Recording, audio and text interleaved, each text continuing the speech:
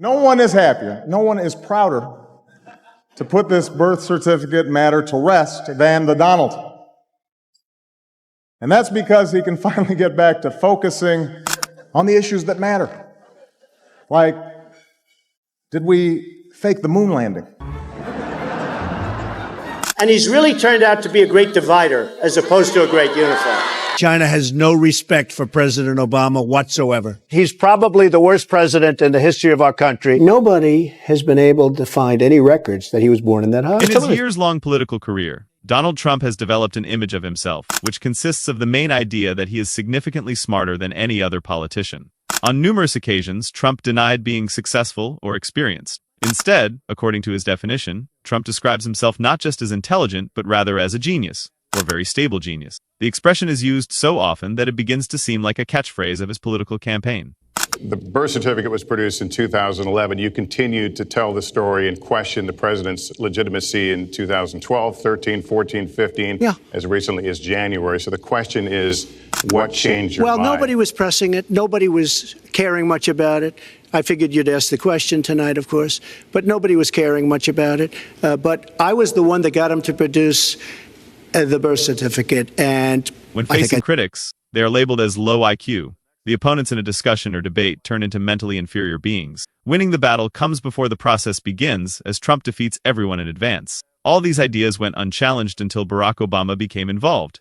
Unlike Trump, Obama did not insult, threaten, or attack in any other way. He offered something truly devastating for the political persona of his opponent, namely, the proposal to take a common IQ test at the same time, under the same conditions. Moreover, the results would be published. This is all Barack Obama needs to break the favorite political rhetoric of Trump.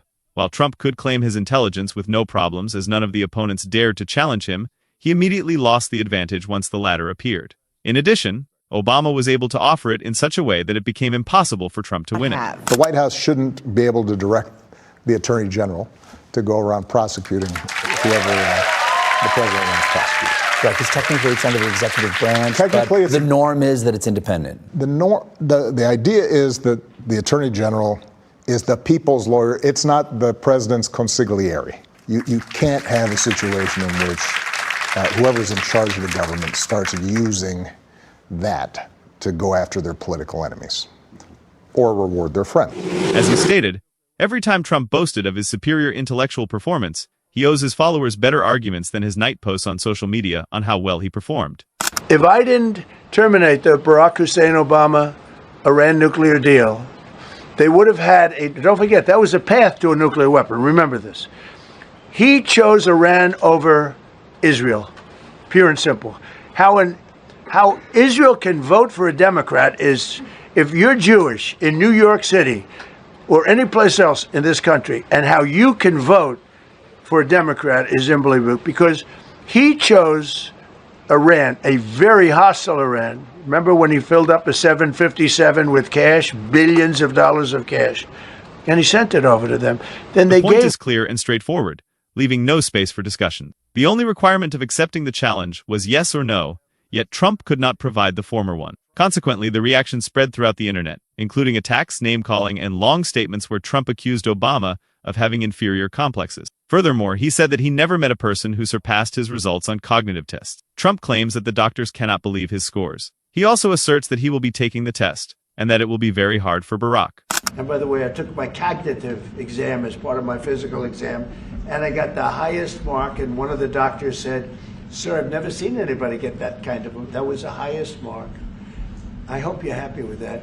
Still, one thing is crucially missing in this whole dialogue, the acceptance of the challenge. The longer Trump delays with answering, the harder it is not to think why such an easy chance to prove superiority is neglected. The conditions are identical for both opponents, so the matter should be as simple as possible. Repeating himself for several times, Barack emphasizes the main features of the challenge. Trump is told that insults are not scores, confidence is not evidence, and nicknames are not results. The more direct Obama gets with his statements, the harder they are to disagree with. Although it is possible to turn an insult into politics, the challenge remains the challenge regardless. Thus, Trump has to either accept or refuse the invitation. The more he postpones the answer, the more he demonstrates weakness. Obama goes so far as to suggest some details of their encounter. Namely, he imagines a situation when the test proctor gives the first question to the participants, and Trump starts to raise his voice regarding the fairness of the examination room. The second question would provoke a complaint regarding the quality and fairness of the test developed by the committee. Finally, the third one would end up with Trump's declaration about his victory due to the fact that many people are saying that he already won.